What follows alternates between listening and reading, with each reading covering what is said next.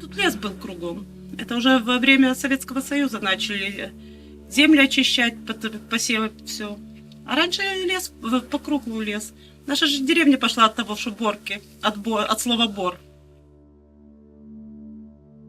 Тут же в войну просто спалили почти всю деревню. Тут осталось буквально пару человек, которые в лес ушли. Там и детей маленьких полили, все наподобие хаты не было. Расстреливали, полили. У нас на кладбище даже братские могилы идут. Там столько человек погибших.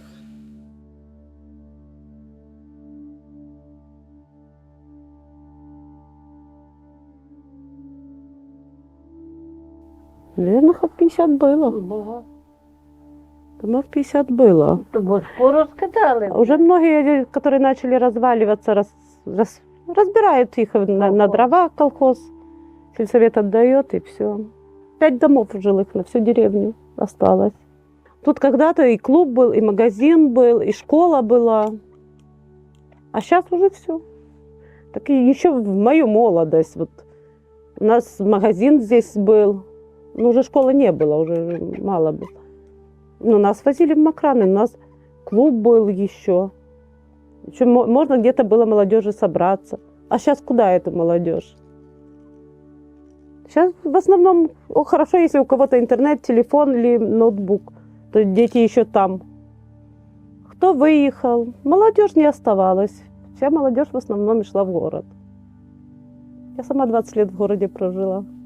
Потому что стала низкооплачиваемые зарплаты в колхозе вообще. Как, особенно вот в эти 90-е годы, 85-е, 90-е, как пошел развал до 95-го.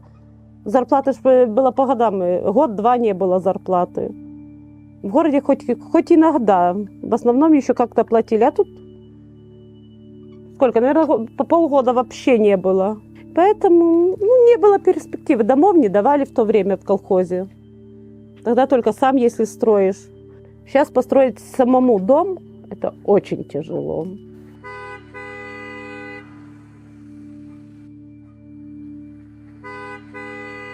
На автолавке продается все. Все, что надо. Они туда вот заказывают что-то, вот, если они не возят, там, например, детского питания не возили. Я подходила к девчонкам, заказывали, они привозили. Они берут тогда на базе, и они привозят, чтоб не попросил. Здравствуйте. Вот и всі наші люди, що тут. Дай штучка 4. Ну, уже хоть есть с кем поговорить. Ну, я ж кажу. У нас и врач хороший. У них есть скорая. И она просто звонишь, если вот, например, он заболел. Я позвонила, они сели на скорой, приехали, послушала, выписала. И уже так договариваемся, что если что, чтобы лекарства взяли, чтобы уже не ехать отдельно. Они берут что-то.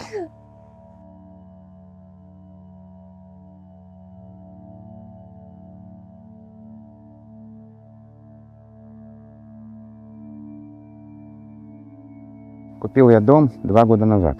Год я чисто ездил чисто по выходным. Ну, приборку делать. Тут было все заросшее, тут вообще невозможно было.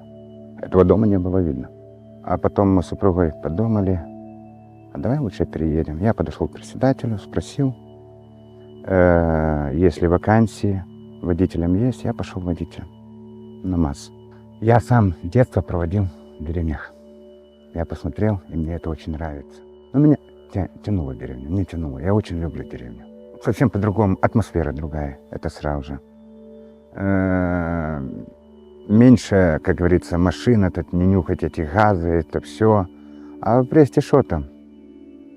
В этом аквариуме сидишь, что ли? В 4 стенах. И что делать?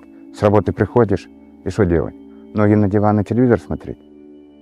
А тут пришел с работы, чуть перекусил, пошел заниматься, пожалуйста. Работы хватает. И воздух свежий, и дышишь, и все. Там даже этот, как говорится, тут даже и этот коронавирус не страшен. В поле поехал, и все. Если кому нравится деревня, если кому нравится в деревню ехать, пускай едут. Потому что в городе, как говорится, ловить нечего. А в деревню можно завести хозяйство. Только, чтобы были, как говорится, чтобы руки росли не с того места, где мы сидим. на чем сидим. А росли, чтобы как положено, с плеч. И иметь голову на плечах. И можно, конечно, так в деревню, если приехать даже, в деревню можно бизнес делать даже. Только надо с умом.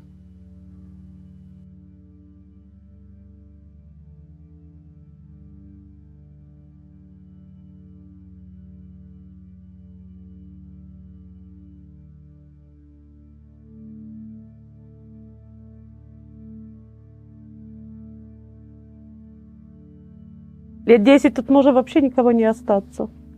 Так і буде, хто ж тут остане? Ну что уже? Деревня последнее свое уже доживает. Хотя жалко.